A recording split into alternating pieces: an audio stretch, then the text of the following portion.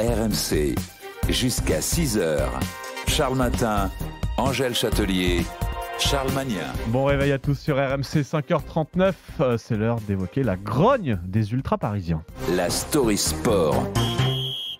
J-8, Licia, avant PSG Real, le 8e de finale aller tant attendu de la Ligue des Champions. Ce sera bien sûr à vivre sur RMC et à la télé sur RMC Sport 1. Et le PSG qui doit faire face avant le Real à un autre adversaire, ses propres supporters, ses ultras comme on dit. Notre patience a atteint ses limites. C'est le coup de gueule du collectif Ultra Paris publié dans un communiqué incendiaire nommé Ras-le-bol. Dans le viseur, la direction du club mais aussi les joueurs. Mais attends, le PSG a 13 points d'avance sur le deuxième en Ligue 1 et il est toujours en course en Ligue des Champions. C'est quoi le problème ? Alors, ce qu'il reproche, c'est la nouvelle identité de l'institution qui devient davantage une marque qui s'exporte bien d'ailleurs. On ouvre des boutiques à Los Angeles, on fait des collabs avec Michael Jordan, des pubs pour Nivea et on pense beaucoup plus marketing, vente de maillots avec les arrivées de Beckham, Ibrahimovic, Messi et Neymar. C'est pas moi qui le dis, c'est Nasser El Khelaifi à la signature du Brésilien pour 222 millions d'euros en 2017. Mais quand on regarde Neymar comme une marque pour le PSG, alors c'est pas cher. Parce que je suis certain qu'on va gagner beaucoup plus d'argent que ce qu'on a payé. Et c'est ça le plan du PSG avec Neymar. L'idée de mettre les deux côte à côte, la marque Neymar et la marque PSG, pour aller au plus haut.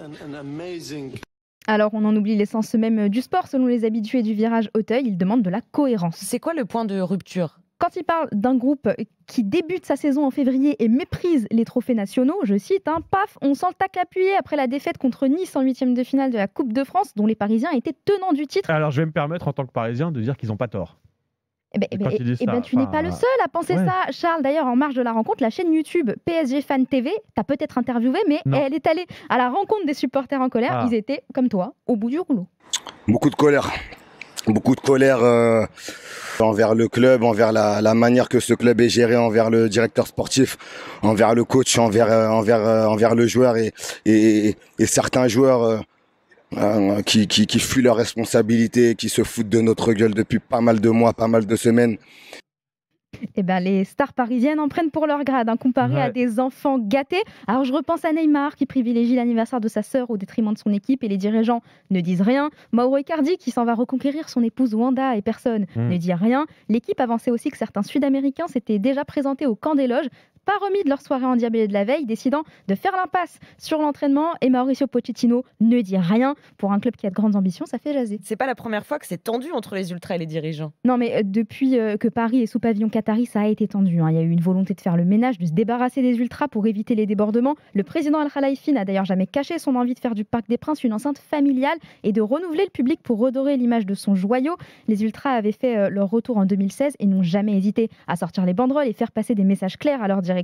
Rêver plus grand, oui, au détriment de la passion, hors de question. Eux qui ont l'amour du club ancré jusque dans leur tripes, il serait peut-être judicieux de les écouter. Les stars et les dirigeants passent, mais les supporters, eux, restent. Oui, parce que c'est toujours le risque. On rappelle qu'un club n'est rien sans ses supporters. Bien et sûr. Que l'argent, ça permet d'empiler les stars, mais pas forcément de donner une âme à un club. Et donc, oui, j'ai tendance à soutenir une grande partie du message de ces ultras. Et ça, c'est pas un climat très serein à quelques jours d'un match aussi important. Peut-être que ça va réveiller les joueurs aussi. Un déclic, peut-être. Voilà, le déclic, on l'espère, à suivre sur RMC. Merci Licia, 5h43.